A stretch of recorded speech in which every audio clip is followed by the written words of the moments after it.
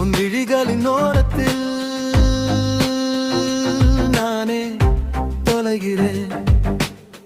மீள வழியின்றி காற்றிலே நான் கரைகிறேன்.